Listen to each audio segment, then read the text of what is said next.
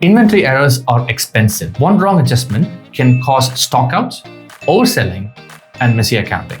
In this video, you'll learn how to track inventory adjustments in Shopify in two ways, and then how to use these two adjustment reports for control and auditing. Shopify has an adjustment history log on every product and variant. This is not a report, it's a complete timeline of changes for that item. From your Shopify admin, head over to Products. Click Inventory and choose a product. And then click View Adjustment History. You will see every single changes like sales, returns, transfers, restocks, manual updates, and more.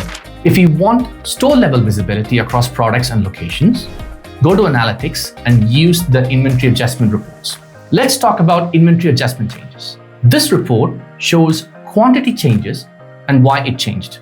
It tracks reasons like sales, transfers, restocks, returns, manual updates, and damaged items for the selected date range. It also shows the app name and the staff involved. You can filter by location and reason. If one location has frequent damage or manual corrections, you found a process gap. You can also sort by largest unit changes. This helps quantify shrinkage, write-offs, and unexpected stock swings that impact valuation and COGS. Now, review staff and app columns. You get an audit trail of who changed what and which system triggered it.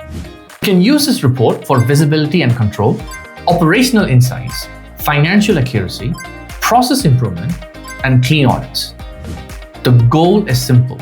Know what changed, who changed it, and why. Let's talk about inventory adjustments by count. This report does not measure units.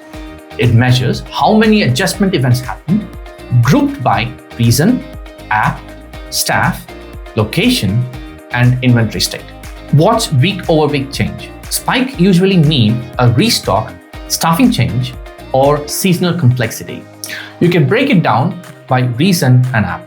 High counts point to process reliability issue, even if unit volume is small. Compare locations or 3PL partners. If one partner creates a high number of adjustments, you have a stability problem.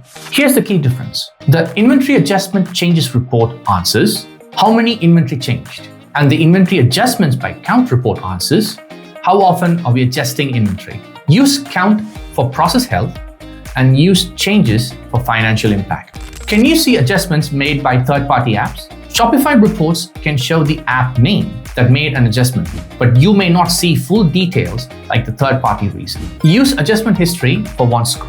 Use adjustment changes to measure units and audit who changed it. Use adjustments by count to monitor process reliability. Check it weekly, fix issues early, and keep inventory clean.